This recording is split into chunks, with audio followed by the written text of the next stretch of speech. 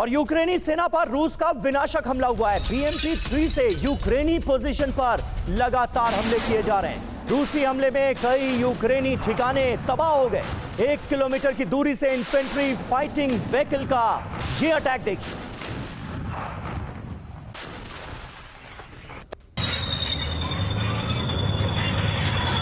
तो ये 3 बड़ी खबरें, 3 ब्रेकिंग न्यूज इस वक्त आपके सामने हैं तस्वीरों के साथ। कुराकोव में यूक्रेनी ठिकाने को किया गया है टारगेट। वहां की तस्वीर। पोक्रोवस में विध्वंसक हमला।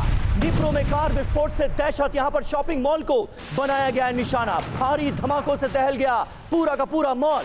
वहीं रूसी हमले के कई यूक्रेनी ठिकाने कर दिए गए हैं तबाह।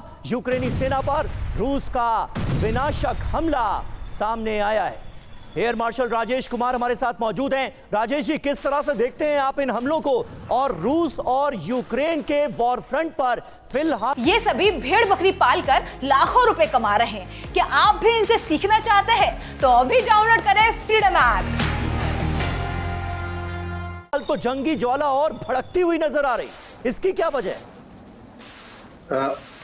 इसकी वजह यही है कि डोनाल्ड ट्रंप आ रहे हैं 20 जनवरी को और उसमें तकरीबन 1 महीना रह गया है और लगता है कि दोनों साइड में से जो इंटेंसिटी है वो स्वेरिंग इन से पहले कौन सी पोजीशन पे आके रुकते हैं, मेरे ख्याल से वही डिसाइड करेगा कि अगर उसके बाद कुछ पीस टॉक्स वगैरह हो तो कौन सी पोजीशन पे वो रहें। और ये रशिया धीरे धीरे ईस्टर्न सेक्टर में और कुर्स्क में भी अपनी जमीनों को वापस ले रहा है और ईस्ट में भी जमीन कब्जे में कर रहा है। तो मेरे हिसाब से यूक्रेन की जो ताकत है थोड़ी कमजोर पड़ गई है, इसीलिए मेरे ख्याल से बाइडेन ने कहा है कि और उनको हथियार दिए जाएं और पैसा दिया जाए ताकि ये जो इनकी लड़ाई है वो चलती रहे थोड़े दिनों तक। और मेरे ख्याल से रूस ने ये ठान लिया है, क्योंकि कुछ अटैक्स जो है ना जो डीप इनटू रशिया, जैसे अभी रोस्टोव ऑन डॉन पे ATACM का अटैक हुआ था, तो मेरे हिसाब से रशिया को लगता है कि जब तक इन जो लॉन्ग रेंज वेपन्स हैं इनको पीछे नहीं धकेला जाए तब तक इनके जो डेप्थ बेसेस हैं वो हमेशा टारगेट पे रहेंगे।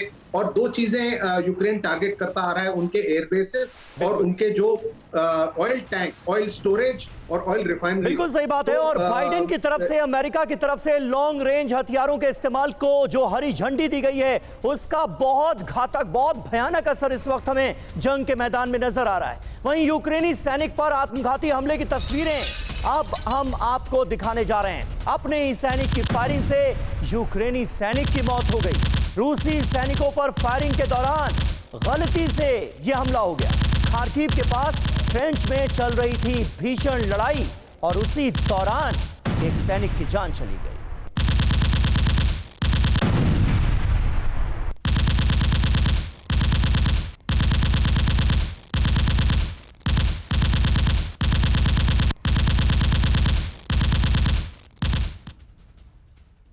और एक और अहम खबर है, कार विस्फोट में रूसी अफसर सर्गेई येवसुकोव की हत्या। यूक्रेनी युद्धबंदियों को यातना के लिए थे जिम्मेदार। सर्गेई येवसुकोव ने 2022 में मरियोपोल में किया था सरेंडर। ये बड़ी खबर सामने आ रही है रूसी ऑफिसर सर्गेई की हत्या से जुड़ी। ये तस्वीरें आप देखिए, कार विस्फोट में रूसी अफसर सर्गेई की हत्या कर दी गई है। यूक्रेनी युद्धबंदियों को जो यातनाएं दी गई थी उसके लिए इन्हें जिम्मेदार माना जाता था। सर्गेई ने 2022 में मरियोपोल में किया था सरेंडर।